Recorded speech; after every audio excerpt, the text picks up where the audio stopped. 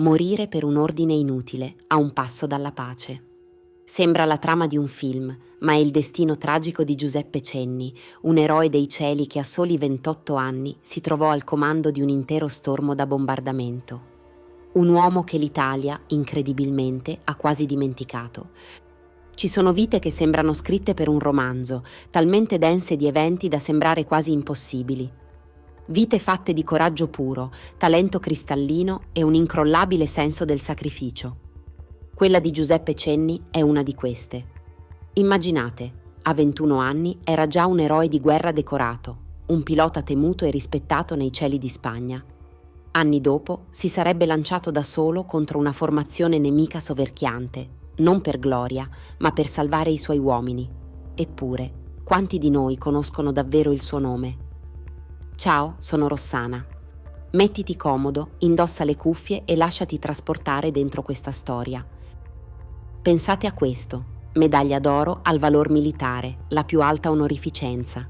6 medaglie d'argento, 2 promozioni per merito di guerra e persino la Croce di Ferro tedesca di seconda classe, un riconoscimento ottenuto sul campo.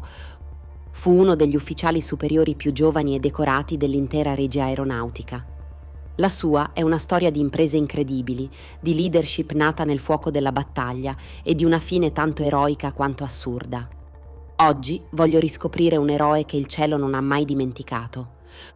Tutto ha inizio in Romagna, a Casola Valsenio, il 27 febbraio del 1915. Giuseppe Cenni nasce lì, ma è a Parma che cresce, la città che lo adotta e dove la sua personalità unica prende forma. Fin da ragazzo, in lui convivono 2 passioni che non potrebbero essere più diverse, quasi 2 anime in un corpo solo, l'arte e il volo. Da un lato era un promettente studente all'Istituto d'Arte, sognava di diventare architetto, di progettare e costruire. Dall'altro, ogni momento libero era dedicato al cielo. Passava ore a costruire alianti, non come un semplice passatempo, ma con una comprensione dell'aerodinamica che sembrava istintiva, innata. Era più di un hobby, era un'attrazione fatale, un richiamo che presto avrebbe messo in ombra tutto il resto. Nel 1935, a 20 anni, quella che era una passione diventa una scelta di vita. Cenni mette in pausa gli studi e si arruola volontario nella Regia Aeronautica. Il suo talento è talmente evidente da essere quasi sfacciato. In un mondo, quello dell'aviazione militare, dove tutto si misura in ore di volo e anzianità, lui brucia le tappe. Prende il brevetto di pilota militare a tempo di record e viene assegnato alla specialità più prestigiosa e ambita, la caccia, l'élite dell'aviazione. È qui che la sua carriera già promettente sta per trasformarsi in leggenda, perché all'orizzonte si stanno addensando le nubi scure del suo battesimo del fuoco. Nell'agosto del 1936 la Regia Aeronautica cerca in gran segreto i suoi migliori piloti. Si cercano volontari per una missione non ufficiale, oltre i confini nazionali. La destinazione? La Spagna, un paese straziato da una feroce guerra civile. Giuseppe Cenni, con i suoi 21 anni, è il più giovane del piccolo, primissimo gruppo di 12 piloti scelto per partire. I suoi numeri dicono poco, appena 122 ore di volo totali. Ma la sua audacia e la sua abilità sono già smisurate. Per mantenere il segreto, a ogni pilota viene data una falsa identità. Cenni diventa l'alferes Vittorio Stella, un nome di battaglia che diventerà presto sinonimo di coraggio nei cieli spagnoli. Ai comandi dei biplani Fiat CR-32, aerei agili e manovrieri ma spesso surclassati dai più moderni caccia sovietici in mano ai repubblicani, Cenni si getta nella mischia. Le condizioni sono quasi sempre di inferiorità numerica, ma lui dimostra una freddezza e una maestria tattica che lasciano sbalorditi i suoi stessi commilitoni. In pochi mesi colleziona 8 vittorie aeree confermate, diventando un asso. Ma la guerra non è fatta solo di gloria e medaglie. Il 29 gennaio del 1937, durante un'azione, il suo aereo viene colpito. Cenni è costretto a lanciarsi con il paracadute, atterrando in territorio nemico. Viene immediatamente catturato. Lo aspettano 7 lunghissimi mesi di prigionia durissima. Un'esperienza che lo segna profondamente nell'animo, ma non riesce a spezzarlo. Quando finalmente torna in Italia, grazie a uno scambio di prigionieri, è accolto come un eroe. Riceve 2 medaglie d'argento, una promozione per merito di guerra e, cosa ancora più importante, il passaggio in servizio permanente effettivo. Non è più solo un giovane promettente. A 22 anni è un veterano, un leader forgiato dal fuoco e indurito dalla prigionia. Allo scoppio della Seconda Guerra Mondiale, Cenni è ormai un pilota rispettato e un ufficiale esperto. Dopo una breve parentesi come istruttore di caccia in Romania, gli viene proposto qualcosa di radicalmente nuovo, passare a una specialità appena nata in Italia, il bombardamento in picchiata. L'Italia ha da poco acquistato i famigerati Junkers Ju-87, gli Stuka, l'aereo simbolo della guerra lampo tedesca, riconoscibile per la sua ala a gabbiano rovesciata. Sono aerei potenti, precisi, ma difficili, che richiedono una tecnica di pilotaggio agli antipodi della caccia acrobatica a cui Cenni era abituato. Nel luglio del 1940 viene mandato a Graz, in Austria, per l'addestramento. I piloti tedeschi, veterani delle campagne di Polonia e Francia, accolgono gli italiani con un certo scetticismo. Ma Cenni, ancora una volta, stupisce tutti. Con il suo istinto e la sua abilità, non solo impara a padroneggiare lo Stuka in un lampo, ma sviluppa persino nuove tecniche di impiego, guadagnandosi la stima e il rispetto degli stessi istruttori tedeschi. Tornato in Italia, gli viene affidato il comando della 239esima Squadriglia Autonoma Tuffatori. È l'inizio di una leggenda. Ai comandi degli Stuka, che gli equipaggi ribattezzano affettuosamente picchiatelli, i piloti di Cenni diventano un'unità d'élite temuta in tutto il Mediterraneo. Il loro stemma, un papero in picchiata con una bomba tra le zampe, diventa un'icona. Il loro grido di battaglia prima di ogni missione, prima di gettarsi in picchiata, è il comando secco e quasi scherzoso di Cenni: Walzer. Un segnale che il suo gruppo di volo usa ancora oggi in suo onore. Dalla Grecia al Nord Africa, fino al tesissimo assedio di Malta, Cenni e i suoi picchiatelli sono sempre in prima linea. Le loro missioni sono pericolosissime, attaccano navi da guerra, fortificazioni, colonne corazzate nemiche.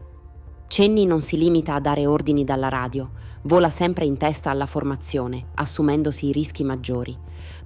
Durante la battaglia di Mezzo Giugno del 1942, una delle più grandi battaglie aeronavali del Mediterraneo, il suo coraggio contro i convogli navali britannici è tale che riceve sul campo una delle sue 6 medaglie d'argento e la Croce di Ferro tedesca. Ma Cenni era anche un innovatore, un tattico che non si accontentava di seguire il manuale. Sperimentò e perfezionò per i suoi uomini tattiche audaci, come il bombardamento a rimbalzo o skip bombing. L'idea era folle: sganciare la bomba a bassissima quota, a pochi metri dalle onde, e farla letteralmente rimbalzare sulla superficie dell'acqua fino a colpire lo scafo della nave sotto la linea di galleggiamento. Una manovra che richiedeva un fegato e una precisione pazzeschi. Nel 1942 Cenni viene promosso e prende il comando del 102 Gruppo Tuffatori. La guerra però si fa sempre più dura. Gli Stuka, un tempo dominanti, sono ormai lenti e facili bersagli per i nuovi e velocissimi caccia alleati come gli Spitfire. Le perdite aumentano.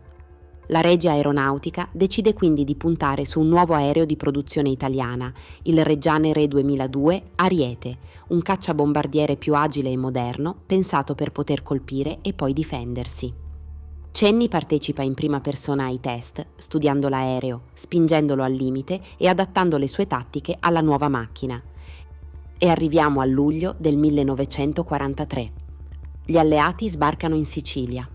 Per l'aviazione italiana è l'inizio della fine, uno sforzo disperato contro una forza soverchiante. In una delle prime, violentissime missioni di contrasto allo sbarco, il comandante del quinto stormo Tuffatori viene abbattuto. I vertici militari non hanno dubbi su chi debba prendere il suo posto. A soli 28 anni, il maggiore Giuseppe Cenni viene nominato comandante del quinto stormo. Diventa così il più giovane comandante di stormo della Regia Aeronautica, un ruolo di responsabilità enorme, quasi impensabile per la sua età. Guidare uno stormo in quelle condizioni è una missione quasi suicida. Gli aerei sono pochi, la contraerea navale è schiacciante e la scorta di caccia quasi inesistente. Ma Cenni non si tira indietro. La sua leadership è totale, assoluta. I suoi uomini, spesso più anziani di lui, lo seguono con una dedizione cieca, quasi filiale. Lo seguono perché sanno che il loro giovane comandante non li manderà mai in un posto dove non andrebbe lui per primo. Tra il 10 e il 19 luglio, Cenni guida personalmente i suoi piloti in attacchi continui, spingendosi oltre ogni limite umano. Più volte, vedendo i suoi gregari in difficoltà, si lancia da solo contro un numero soverchiante di caccianemici per coprire la loro ritirata, un gesto di puro eroismo che gli varrà la più alta onorificenza. Arriviamo al 4 settembre del 1943.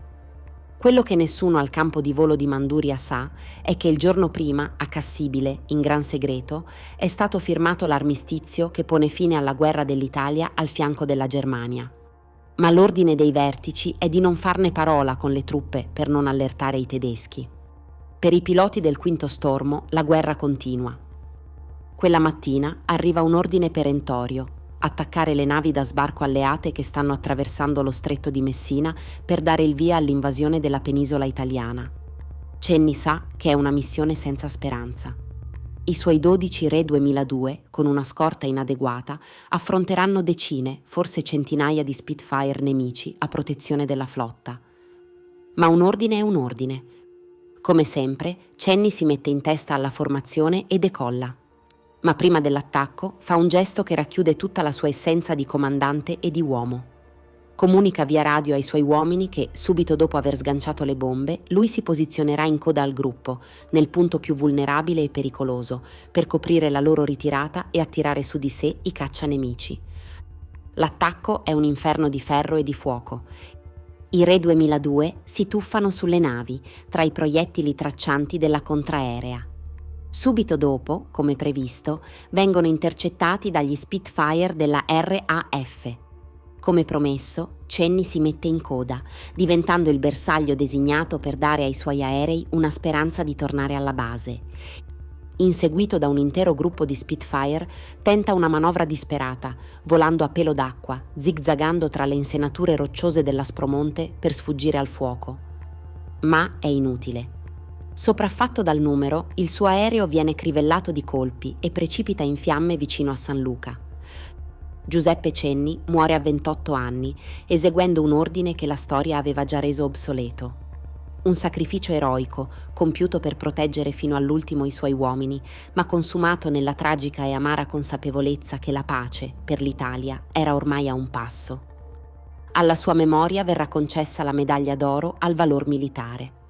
La motivazione ufficiale recita: abilissimo pilota da caccia e da bombardamento a tuffo, consumò la sua breve giovinezza per la grandezza della patria. Durante un'azione di bombardamento a tuffo nell'inferno di ferro e di fuoco della zona di sbarco dello stretto di Messina, scompariva sopraffatto dal numero. Esempio imperituro di elette virtù militari, sublime amor patrio, abnegazione ed eroico attaccamento al dovere. La storia di Giuseppe Cenni è quella di un talento straordinario e di un coraggio immenso, ma è anche la metafora della tragica assurdità della guerra. Un eroe caduto per un ultimo, inutile ordine, dopo aver combattuto 2 guerre e accumulato più di 200 missioni e 750 ore di volo bellico. Il quinto stormo dell'aeronautica militare, oggi in posizione quadro, porta il suo nome, così come il 102 Gruppo Paperi, che continua a onorarne la memoria e il motto Walzer. Eppure, la domanda rimane: perché un eroe di questa caratura è quasi sconosciuto al grande pubblico? Forse perché il suo sacrificio, avvenuto in uno dei momenti più confusi e dolorosi della storia d'Italia, l'8 settembre, è una pagina che per molto tempo è stata scomoda da raccontare. E tu, conoscevi la storia del maggiore Giuseppe Cenni? Credi sia importante per un paese riscoprire e ricordare questi eroi dimenticati? E se questa storia ti ha colpito, condividila. Facciamo in modo che il nome di Giuseppe Cenni e il suo coraggio non vengano più dimenticati.